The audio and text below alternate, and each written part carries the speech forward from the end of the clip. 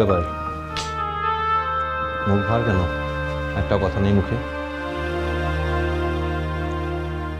কিচ্ছু হয় নাই। কিছু হয়েছে তো বটেই, আর সেটা তুমি আমাকে বলবেও, আমি জানি। কিন্তু তার আগে আমাকে কিছুটা সময় খরচ করতে হবে। কিন্তু বাহা, এখন তো আমার হাতে সময় নেই, আমাকে বেরোতে হবে। কিছু না, আসলে কে বলতো, আগতে না মোদিকে সংসারটাকে সকলে মিলে হিংসাটা করত। ইটোই ভাবতক যে ইত্যগুলান মানুষ একসঙ্গে কেমনে থাকে, কোনো ঝগড়া লাই ঝাঁটি লাই, কিন্তু এখন তারা সকলে মিলে বেশ আনন্দটা পাবে। হঠাৎ এই কথা? মু কিসের লিখে এই কথাটা বলছি তো বুঝতে পারছিস না? মু কিন্তু বেশ ভালো করেই বুঝতে তো পারছি, ছোট মাকে আর বেশি দিন এই ঘরটাতে মোরা ধরে রাখতে পারবো ক্লে।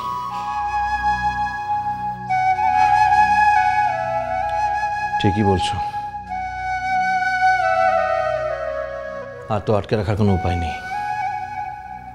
কিন্তু ছোটকামনির এরকম একটা ঘটনা ঘটানোর পর যে আজও ছোট কাকিমণি আমাদের সঙ্গে আছে, এটাই তো অনেক।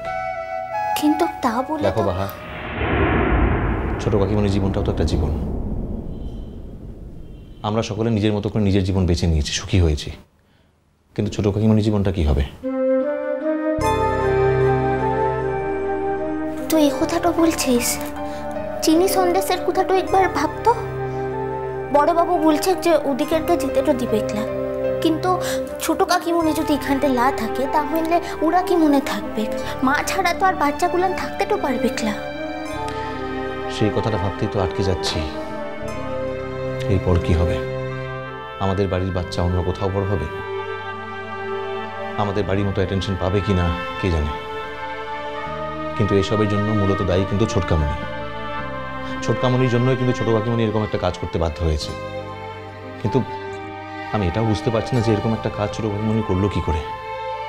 এটার জন্য তো দুটো বাচ্চার জীবনের ছকটাই পাল্টে যাচ্ছে। মু ভাবছে কি ও লোকটোর সঙ্গে মু একবার কথাটা বলবো। কার সাথে? ও বিজ্ঞানীটোর সঙ্গে। না বা, একদম না। এসব বড়দের ব্যাপার, এর মধ্যে ছোটদের থাকাটা মানে না। মু বুঝতে পারছি, কিন্তু মোর মনটা মানছে ক্লার্চি বাবু। দেখো বাহা, ছোট কাকিমণি তো এখনো নিশ্চিত করে কিছু বলেনি। তাছাড়া আমি মনে করি যে জীবনটা অনেক বড়, আর এই জীবনে সুখী হওয়ার অধিকার সকলের সমানভাবে আছে। তুই জানিস এই ঘরের একটু মানুষও ছোট মার সঙ্গে কোথাটাই বলছে। ভুল করছে তারা। বাবা আর জেঠুমণি দুজনেই 15 দিনের লোক। এটা ভাবতে তাদের সংস্কারে বাধে যে একটা লোক দ্বিতীয়বার তার সংসার করার কথা ভাবতে পারে, এবং এটা তার ন্যায্য অধিকার আর পাওনার মধ্যে পড়ে। আসবো? কে রুষা দিদি?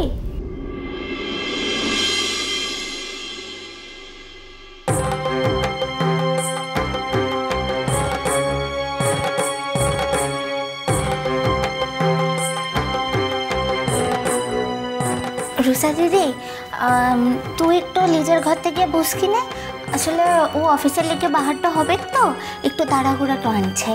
অর্চি বাবু চলে গেলে মু তোর কাছে আসছি। আমার মিস্টার মুখার্জির সঙ্গে কাজ আছে। দেখুন, এখন আমার হাতে সময় খুবই কম, আমার খুব তাড়া আছে, এখন কোনো কথা বলতে পারবো না। এই সময় আমি বাড়ির লোকের সঙ্গে কথা বলতে পারি না। সরি মিস্টার মুখার্জি, কিন্তু আমার 1 মিনিট সময় লাগবে আপনার। দেখ, ওর খাবারটা খেতে না দেরি তো হয়ে যাবে। হবে না, আমার 1 মিনিটে কথা শেষ হয়ে যাবে। মিস্টার মুখার্জি, বলুন। কথাটা যেটা বলতে চাইছিলাম, আমি চিরকাল আপনাদের দুজনের কাছে ভীষণ গ্রেটফুল থাকব। আপনারা দুজনেই আমার খারাপ সময়ে যেভাবে আমাকে হোল্ড করেছেন, আমার পাশে যেভাবে দাঁড়িয়েছেন সেগুলো আমি যত বলবো তত কম। বাস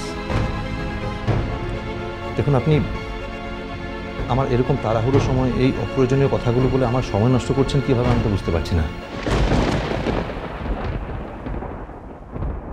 আর একটা কথা, আপনার মুখে এসব কথা শুনবো বলে কিন্তু আমি কোনো কাজ করিনি।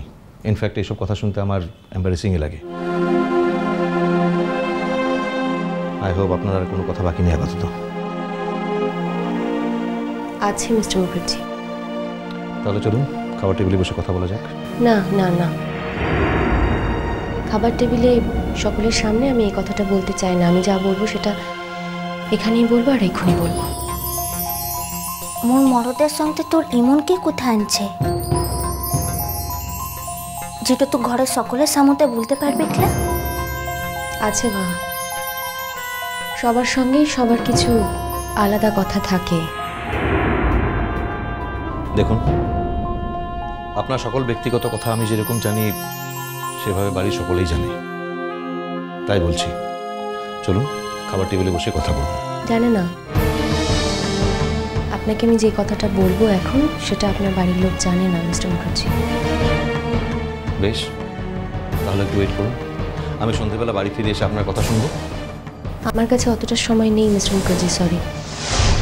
ঠিক এই কারণটা, এই কারণে লিখেই না ঘরের সকলে তোর পথে বসাটো করে তুই যেটা বলবি সেটা সকল সময়তে ঠিক তো হবে, আর অন্যরা যেটা বলবে সেটা ভুল হবে। এটা কিসের লিখে তুই ভাবিস বলতো? তোর ইকারি সময়ের দামটা আনছে, অন্য কারোর কি সময়ের কোনো দামটা লাই? বাহা বোধহয় আমার উপর রাগ করছে মিস্টার মুখার্জি। বাহা খুবই সহনশীল মেয়ে রুষা। বাহা যে রেগে যাচ্ছে সেটা একটা এক্সট্রিম পয়েন্টে পৌঁছানোর পর। সরি বাহা, আমার সত্যি তোমাকে রাগানোর কোনো ইন্টেনশন ছিল না। ইনফ্যাক্ট মিস্টার মুখার্জি যে আমার উপর এত বিরক্ত হচ্ছেন আমার সেরকমও কোনো অভিপ্রায় ছিল না।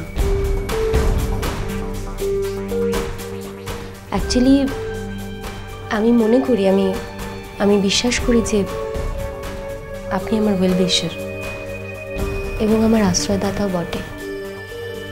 তাই আপনার বাড়ি থেকে চলে যাওয়ার আগে আমার মনে হয় আপনার সঙ্গে কথা বলে যাওয়া উচিত।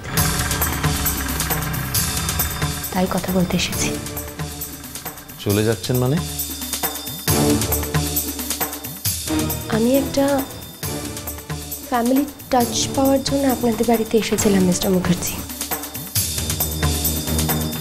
আপনার নিশ্চয়ই মনে আছে আমি আপনাকে বলেছিলাম যে আমার একটা দিদি ছিল যে হারিয়ে গেছে।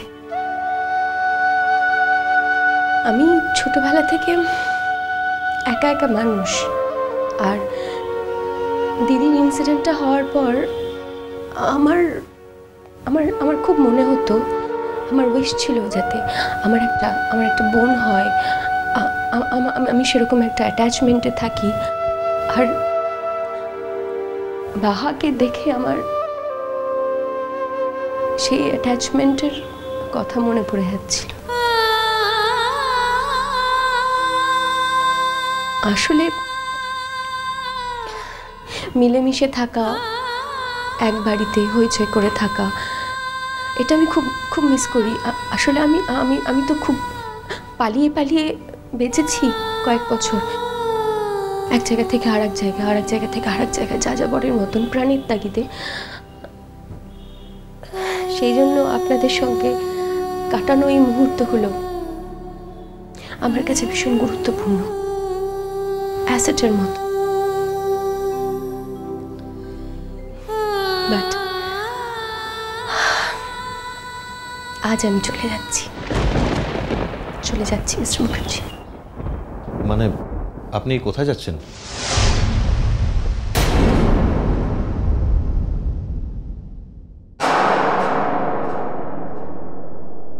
পয়মন্তীও কিছু কম বাড়াবাড়ি করেন, তাকে অপমান করা।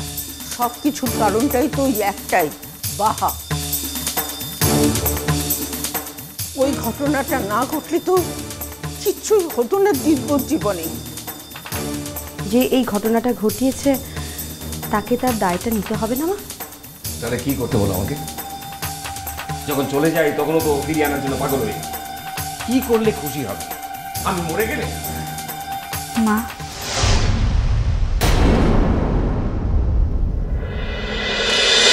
মিষ্টি কুটু মিষ্টি কুটু মিষ্টি কুটু।